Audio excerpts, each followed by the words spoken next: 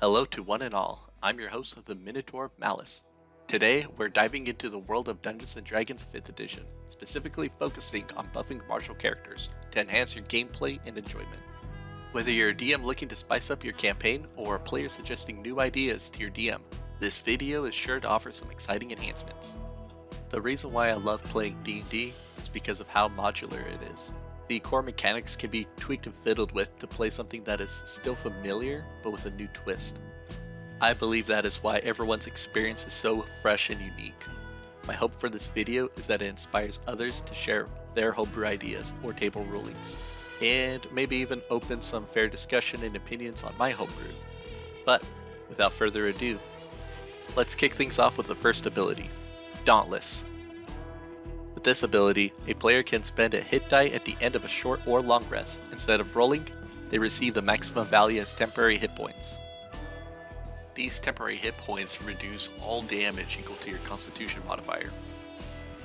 Additionally, while these temporary hit points are active, the character's weapon attacks deal extra damage equal to the user's Constitution modifier.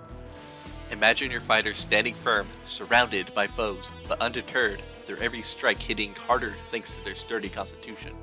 Next up is the Impactful Presence ability, designed to make your martial character a dominant force on the battlefield, while building on Dauntless even further.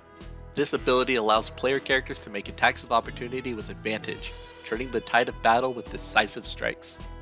Additionally, all hostile creatures moving within the reach of this character's wielded melee weapon treat the area as difficult terrain. If the character still has temporary hit points from the Dauntless ability, they have a 50% chance to regain their reaction after making an attack of opportunity. Finally, we have the Aggressor ability, which ensures that your martial character starts combat with momentum. This allows the characters to move up to its speed when rolling initiative, provided that it is not surprised.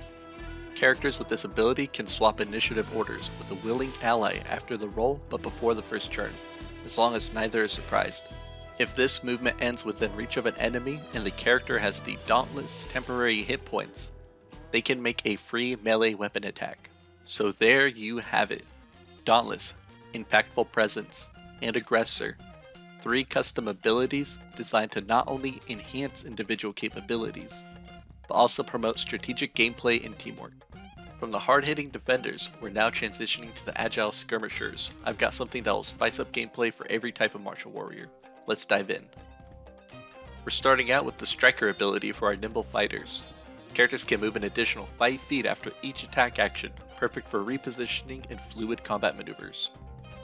Alternatively, they can attempt to break out of a grapple once per turn immediately after an attack, albeit at disadvantage if the attack misses. Striker turns your agile combatant into a true battlefield dancer, always a step ahead. Next, we have the Redirection skill that ensures the survivability of the Skirmisher.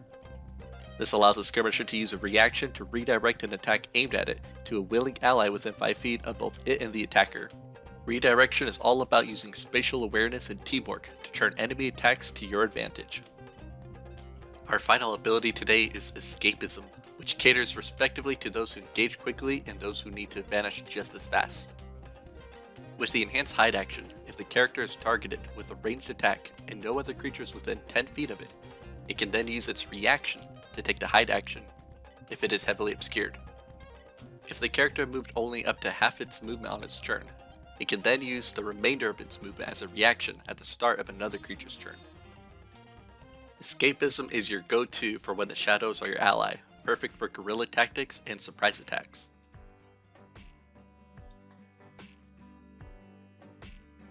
Whether you're enhancing a stalwart protector or giving your scout graceful maneuvers, these abilities are designed to enrich your gameplay. Do you think these enhancements would fit in your campaign? How would you tweak them at your table? Share your ideas in the comments below and hit that like button to subscribe for more content. But before I go, there are a few methods you can use to grant these feats. The easiest way would probably be at very common ASI points, such as 4th, 8th, and 12th level. At my table, I treat it as more of a reward for players who are dedicating their builds to being the frontline meatball soldier or the astute assassin. For every 5 levels of classes I dub as tanks, such as Fighter, Paladin, and Barbarian, I grant the Dauntless feat. After that, it is 9 levels, for impactful presence, then it becomes 13 levels for aggressor. I use the same scaling for the classes I dub as skirmishers, such as rogue, monk, and ranger. It goes striker at 5, redirection at 9, and escapism at 13, respectively. My reasoning is to make my players think about more potential options and deter quick 1 to 3 level dips here and there. Some builds are still more powerful than what I have to offer here, but it still gives the player character rewards if they choose to stubbornly stick to fighter when their caster party blows everything out of the water. That is the core philosophy to homebrew options at my table. Support styles of play with your friends. That's all for today. If you enjoyed this D&D homebrew, remember to like, subscribe, and ring that bell for more tweaks and bobbles in this amazing hobby of ours. Until next time.